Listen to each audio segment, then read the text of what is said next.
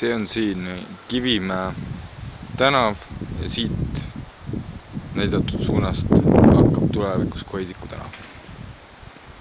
Siin tee all on vee- ja kanalisatsiooni torustikud. Siin on kanalisatsioonikaev ja siit on torud toodud asfaltkatte alt läbi haljasala alla. Asuvad siin kuskil. Antud kaev, mis seal paistab, on sidekaev. Sellest tuleb torustikud vasakult mööda tuua. Nimetatud elektripost jääb oma kohale.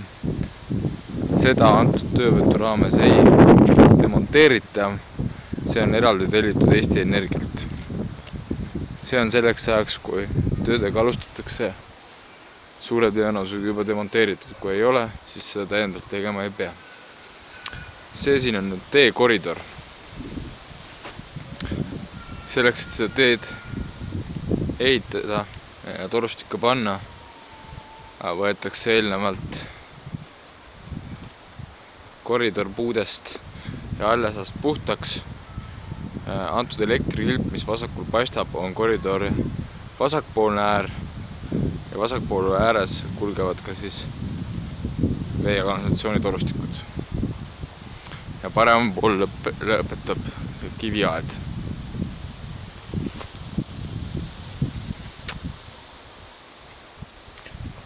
See võsa siit tuleb eemaldada ja puud samuti maha võtta. Pinnas on tugev. Siin on eelnevalt pandud elektrikaablid.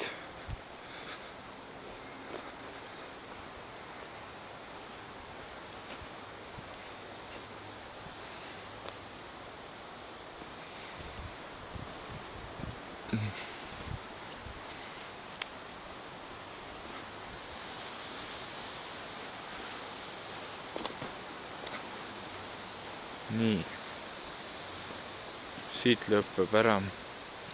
Vasakul paistab üks elektrikilp, mis on ühepoolse teeäärne ots.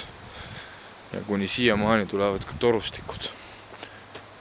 Antud elektrikilbi jaoks, oleva krundi jaoks on viimased torustikud. Edasi rohkem torustikud ei lähe, küll aga rajatakse ajutine tee kokku olemasoleva pinnasteega. Ja tekitatakse ringipööramiskoht tee lõppu.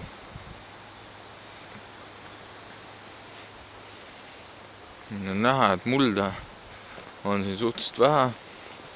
All on Nõmme liivpinnas.